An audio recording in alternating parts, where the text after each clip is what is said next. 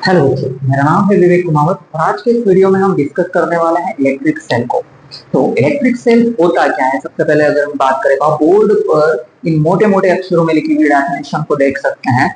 तो जो electric cell होता है वो इलेक्ट्रिक करंट के फ्लो को मेंटेन करने की कोशिश करता है अपनी केमिकल रिएक्शन से एक इलेक्ट्रिक सर्किट के अंदर। मतलब अगर मैं सेल को एक इलेक्ट्रिक सर्किट के साथ जोड़ दूं तो सर्किट में इलेक्ट्रिक करंट के फ्लो को मेंटेन करने का काम जो डिवाइस करता है उसी को हम बोलते हैं इलेक्ट्रिक सेल। यह रही बात हमारी इलेक्ट्रिक सेल के बारे में। अब ये इलेक्ट्रिक सेल वर्क कैसे करता है तो चलिए जानते हैं हमसे।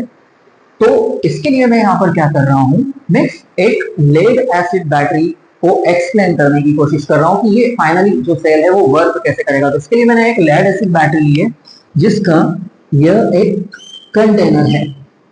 अब इस कंटेनर को मैं क्या कर रहा हूँ, मैं फिल्ड कर रहा हूँ सल्फ्यूरिक एसिड से। तो इस कंटेनर को मैंने फिल्ड कर दिया है, कंप्लीटली फिल्ड नहीं किया है। तो यह जो सॉल्यूशन है, इस सॉल्यूशन की अगर मैं बात करूं तो मैं इसे नाम दे रहा हूं H2SO4। तो ये जो है सल्फ्यूरिक एसिड का सॉल्यूशन है। सल्फ्यूरिक एसिड के सॉल्यूशन में हम दो प्लेट्स ले रहे हैं और ये दो प्लेट्स जो है वो हमारी इस बैटरी के पॉजिटिव टर्मिनल और नेगेटिव टर्मिनल का काम करने वाली है। तो फिलहाल ये मैं यहाँ पर अपनी फर्स्ट प्लेट को ले रहा हूँ, ये हमारी फर्स्ट प्लेट है।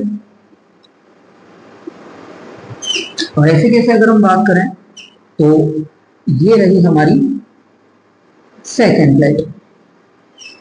तो यहां पर हमने जो दो प्लेट्स को लिया है, दोनों प्लेट्स जो है डिफरेंट मटेरियल से मिलकर बनी है। अगर मैं इस वाली प्लेट के बारे में बात करूं तो इस प्लेट को हमने लिया है लेड डाइऑक्साइड की, और इस प्लेट की अगर हम बात करें तो इस प्लेट को हमने लिया है लेड का। तो ये दो प्लेट्स है। अब होगा क्या, इनको मैंने इमर्ज कर दिया है हमारे H2SO4 के सॉल्यूशन में। अब H2SO4 में जो है दो आयंस हैं, एक पॉजिटिव आयंस है और नेगेटिव आयंस है। तो पॉजिटिव आयंस जो है वो है हमारे यह हाइड्रोजन H+, मतलब ये जो सॉल्यूशन है वह ब्रेक हो रहा है।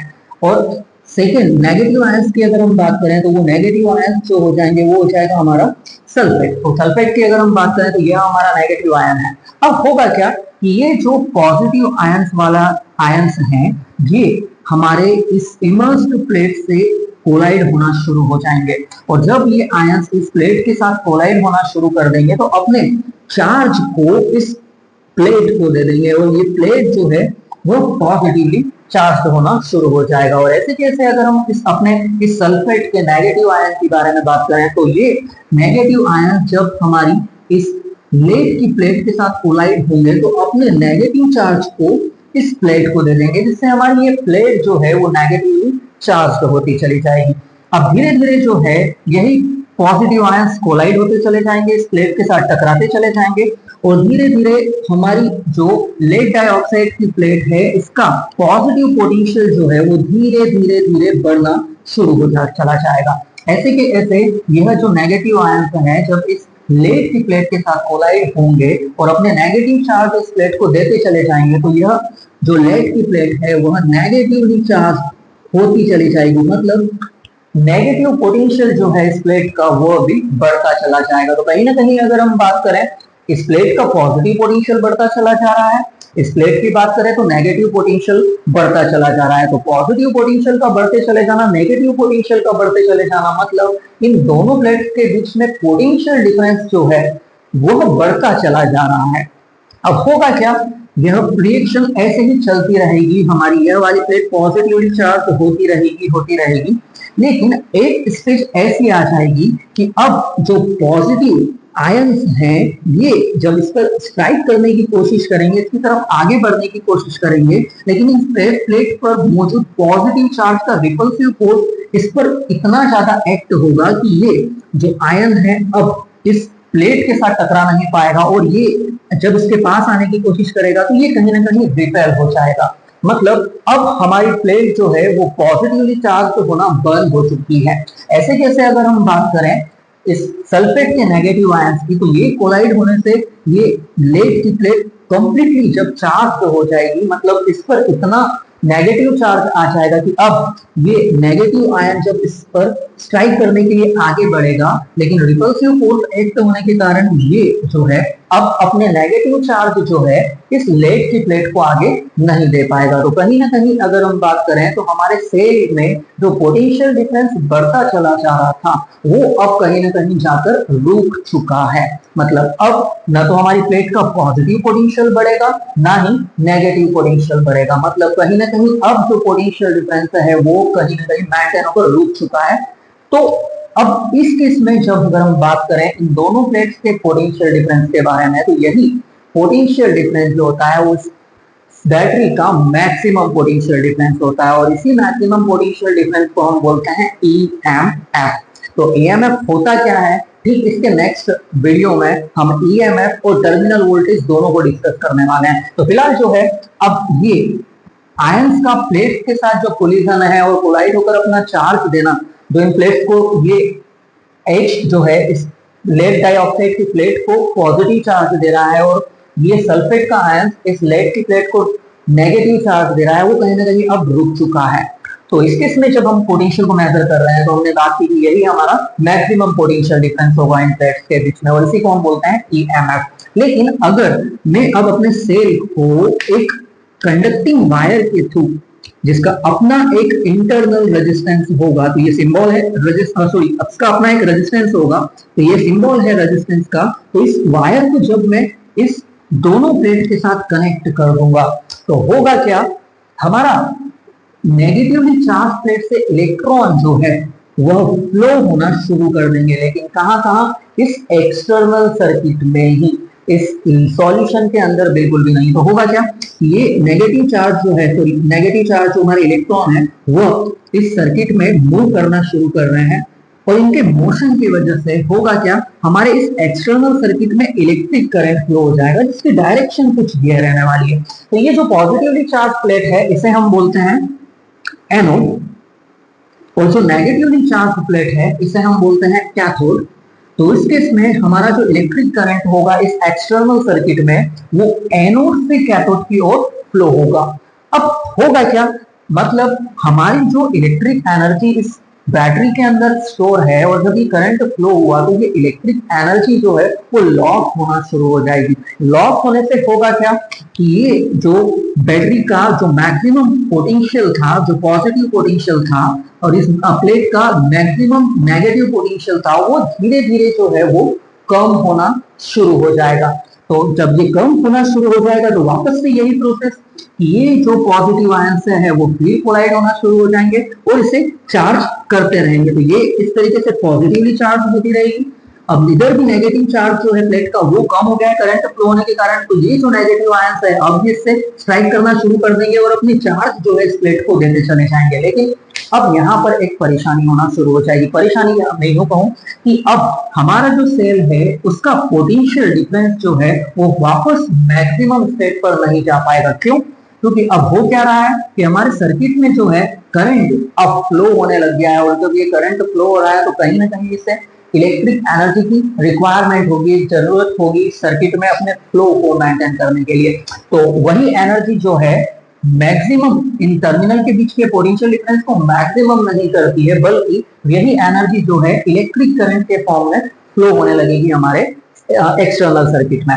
तो अब इंटरनल सर्किट की अगर हम बात करें, बैटरी के इनसाइड अगर हम बात करें, तो बैटरी के इनसाइड जो है हमारे इलेक्ट्रॉन्स मूव नहीं करते हैं, क्योंकि यह जो है हमारा इलेक्ट्रोलाइट है और इलेक्ट्रोलाइट में जो है पॉजिटिव आयंस बैटरी के कैथोड से एनोड की तरफ, और ऐसे कैसे हम नेगेटिव आयंस की बात करें तो वो इस सेल के अंदर इस एनोड से कैथोड की ओर मूव करेंगे और इनके मूवमेंट के कारण होगा क्या कि हमारा सर्किट जो है वो कंप्लीट हो जाएगा और सेल के अंदर इन आयंस के मोशन की वजह से इलेक्ट्रिक करंट जो है वो कैथोड से एनोड की ओर फ्लो होना शुरू हो जाएगा। तो मतलब कहीं ना कहीं हम बात करें तो हमारा जो सर्किट है वो कंप्लीट हो चुका है और जो हमारा इलेक्ट्रिक करंट है इस एक्सटर्नल सर्किट में इस सेल के बाहर एनोड से कैथोड की ओर और इन पॉजिटिव आयंस के इन प्लेट पर जाने की वजह से कैथोड से एनोड की ओर इस करंट की डायरेक्शन हो जाएगी।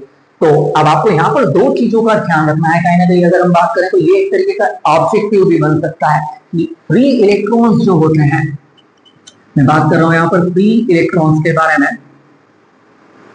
तो फ्री इलेक्ट्रॉन जो है वो चार्ज कैरियर्स हैं, अपने अंदर चार्ज को कैरी करते हैं। तो ये चार्ज कैरियर्स हैं कंडक्टर के लिए अगर हम बात करें। लेकिन अगर हम इलेक्ट्रोलाइट के बारे में बात करते हैं तो इलेक्ट्रोलाइट के अंदर positive ion and negative ions जो होंगे ये हमारे चार्ज कैरियर का काम करेंगे इलेक्ट्रोलाइट के अंदर। तो आपको बस ये दो चीजें खासकर ध्यान रखना है कि फ्री इलेक्ट्रॉन जो है वो चार्ज कैरियर होते हैं एक कंडक्टर के लिए। लेकिन अगर मैं इलेक्ट्रोलाइट के बारे में बात करूं तो फ्री इलेक्ट्रॉन चार्ज को कैरी नहीं करते हैं, और यहाँ पर जो चार्ज कैरियर का काम करते हैं वो करते हैं हमारे positive ion and negative ion. तो अब वापस आ जाते हैं हमारे सेल पर। तो इस तरीके से होगा क्या कि हमारा जो इलेक्ट्रिक करंट है, हमारा सर्किट जो है वो अब कंप्लीट हो चुका है, और हमारा जो इलेक्ट्रिक करंट है वो इस सेल के आउटसाइड एनोड से कैथोड और इसके इनसाइड कैथोड से एनोड की ओर फ्लो होने लगेगा, और हमारी जो केमिकल एनर्जी जो है वो इलेक्ट्रिकल एनर्जी में कन्वर्ट होना शुरू हो जाएगी। तो हम यह भी कह सकते हैं कि जो इलेक्ट्रिक सेल होता है वो केमिकल एनर्जी को इलेक्ट्रिकल एनर्जी में कन्वर्ट का काम भी करता है। अब यह तो था हमारा सेल और कैसे वर्क कर रहा है, इसे हमने बहुत ही सिंपल रखा है और बिल्कुल भी मैंने केमिस्ट्री का बिल्कुल भी जिक्र नहीं किया है। तो हमने बस इस साइंस के अंदर सिर्फ फिजिक्स को ही ढूंढा है और इस सेल को मैंने बहुत इजी तरीके से समझाने की कोशिश की है। अब नेक्स्ट अगर हम बात करें तो हमारे जो इलेक्ट्रिक सेल होते हैं वो दो टाइप के बन जाएंगे इसी केमिकल एनर्जी, इसी रिएक्शन की वजह से। तो पहली अगर हम बात करें इन सेल्स के टाइप के बारे में, टाइप्स ऑफ इलेक्ट्रिक सेल, तो फर्स्ट जो टाइप हो जाएगा तो उस टाइप के सेल को हम बोलेंगे प्राइमरी सेल। तो प्राइमरी सेल होते क्या है? प्राइमरी सेल की अगर हम बात करें तो ये वन टाइम यूज में आने वाले सेल होंगे। जैसे अगर हम बात करें जो सेल हम घड़ी के अंदर यूज कर रहे हैं, जो बटन सेल है, जिनको हम चार्ज एक ही बार मतलब चार्ज होने के बाद ये यूज में आ सकता है, लेकिन हम दोबारा यूज करने के लिए अगर हम चार्ज करने की कोशिश करेंगे तो वह पॉसिबल नहीं होगा। तो प्राइमरी सेल वो सेल होंगे जो केमिकल एनर्जी को इलेक्ट्रिकल एनर्जी में कन्वर्ट करते हैं, सिर्फ और सिर्फ केमिकल एनर्जी को इलेक्ट्रिकल एनर्जी में कन्वर्ट करते हैं। तो ये प्रोसेस जो है इरिवर्सिबल हो जाती है, मतलब ये सेल एक बार में चार्ज हो जाते हैं और हम इनका यूज करते हैं, और यूज करने के बाद हम इन्हें फेंक देते हैं। इन्हें अगर हम दोबारा चार्ज करने की कोशिश करें तो वह नहीं हो पाता है। तो ऐसे सेल्स को हम बोलते हैं प्राइमरी सेल। और दूसरे टाइप के सेल की अगर हम बात करें तो वो सेल हो जाते हैं हमारे सेकेंडरी सेल। तो सेकेंडरी सेल क्या होते हैं? वो सेल जो केमिकल एनर्जी को इलेक्ट्रिकल एनर्जी में कन्वर्ट करते हैं। तो जब ये सेकेंडरी सेल केमिकल एनर्जी को इलेक्ट्रिकल एनर्जी में कन्वर्ट करते हैं तो ये एनर्जी जो है सेल के अंदर कम होने लगती है। अब अगर हम बात करें वापस इस सेल को इलेक्ट्रिकल एनर्जी दें तो यही सेल जो है उस इलेक्ट्रिकल एनर्जी को कन्वर्ट कर लेगा केमिकल एनर्जी के फॉर्म में, और अपने अंदर जितनी भी एनर्जी को इसने लॉस किया है वापस इसे रिस्टोर कर लेगा। मतलब इस सेल को हम वापस से चार्ज भी कर सकते हैं। तो सेकेंडरी सेल वो सेल होते हैं जो केमिकल एनर्जी को इलेक्ट्रिकल एनर्जी में और इलेक्ट्रिकल एनर्जी को केमिकल एनर्जी में कन्वर्ट करते हैं, तो इन्हें हम बोलते हैं सेकेंडरी सेल। तो ये थे हमारे दोनों टाइप के सेल, जिसे हम प्राइमरी सेल और सेकेंडरी सेल कहते हैं। अगर मैं इनके एग्जांपल के बारे में बात करूं तो प्राइमरी सेल का एग्जांपल हो जाता है ड्राई सेल। ड्राई सेल वही सेल है जिन सेल का यूज हम हमारी घड़ी में करते हैं, रिमोट में करते हैं, टीवी रिमोट में, या खासकर अगर हम बात करें कि जो हम घड़ी अपने हाथों में पहनते हैं उसके अंदर जो बटन सेल यूज करते हैं, ये सारे सेल जो हो जाएंगे हमारे प्राइमरी सेल हो जाएंगे। इसका फॉर एग्जांपल अगर हम बात करें तो डैनियल सेल भी जो है वो प्राइमरी सेल का एग्जांपल है। और सेकेंडरी सेल की अगर हम बात करें तो ये जो लीड एक्यूमुलेटर हम पढ़ रहे थे, यही लीड एक्यूमुलेटर हमारा जो है वो सेकेंडरी सेल का एग्जांपल हो जाएगा।